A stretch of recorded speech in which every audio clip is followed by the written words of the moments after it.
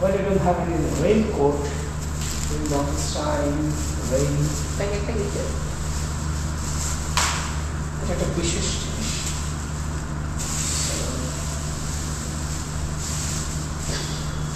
কলাটা একেবারে মাঝখানে। এত ছোটবেলা আপনার কলাটা জামা হয়ে গেল, সামনের অংশটা বেশি হবে।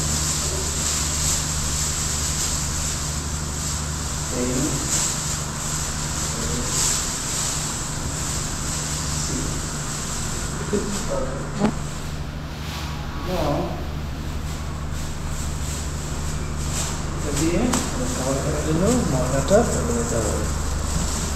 See portable raincoat.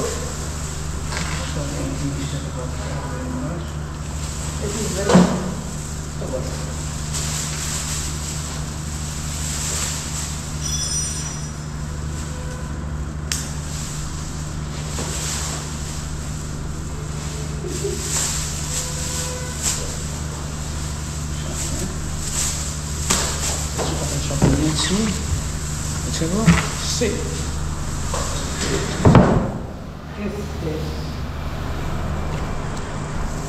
this is my raincoat. So already raincoat বানানো হয়ে গেছে। আর হঠাৎ করে এরকম বৃষ্টি, যদিও ভাবছিলাম যে বৃষ্টি হবে, বাট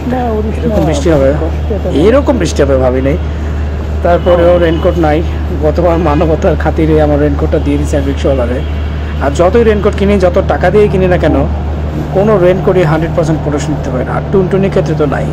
আর এই টুনটুনি প্রোডাকশনের জন্য আমার এই রেনকোটটা কিন্তু সেই একেবারে 100% প্রোডাকশন। টুনটুনিও বেচলো না, দেহটাও বেচলো না। সো বৃষ্টিকে যেভাবে প্রোডাকশন করা দরকার সেভাবে প্রোডাকশন করার ব্যবস্থা নেওয়া হয়ে গেছে, টুনটুনি সহ। আর কোনো কিছুই বেচবে না। সব কিছুই বললাম। এই ঘড়িটা ঢুকালে ভালো হতো।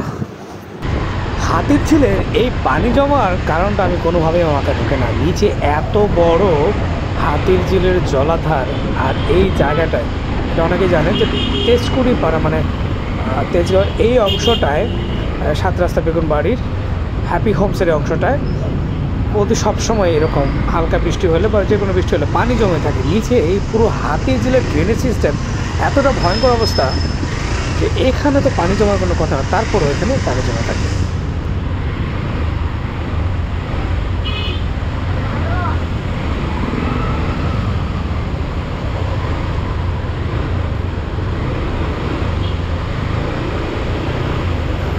এই ঝড়ে প্রচুর পরিমাণ গাছগাছালি, হাতির ঝিল সব বিভিন্ন জায়গায় ভেঙে পড়ছে। তাই এখানকার পাতা বা অন্যান্য জিনিসপত্র এই ড্রেনেজ সিস্টেম একেবারে ব্লক করে দিছে। আর একজন মহান মনের মানুষ, এই ব্যক্তি বৃষ্টিতে ভিজে ভিজে এই ড্রেন পরিষ্কার করার উদ্যোগ নিয়েছেন। সাধুবাদ জানাই এই ধরনের মানুষকে, তারা বেঁচে আছে বলে এই দেশ, এই শহর এখনও টিকে আছে। তাই যারা রাস্তাঘাটে এই ধরনের ময়লা আবর্জনা ফেলেন বা বিনা কারণে শহরকে নোংরা করেন, তারা এই সমস্ত কাজ থেকে বিরত থাকেন। অন্তত পরিষ্কার করতে না পারেন, শহরটাকে নোংরা করেন না। আর বৃষ্টিতে অবশ্যই বাইকাররা সাবধানে বাইক রাইড করার চেষ্টা করবেন। একেবারে বাম পাশে ঘেঁষে কখনই রাইড করবেন না, কারণ প্রতিটা সড়কের বাম পাশেই রয়েছে ছোটো ছোটো ট্রেন। আর ট্রেনে পড়ে গেলেই বাকিটা ইতিহাস হয়ে যাবে। তাই সাবধান।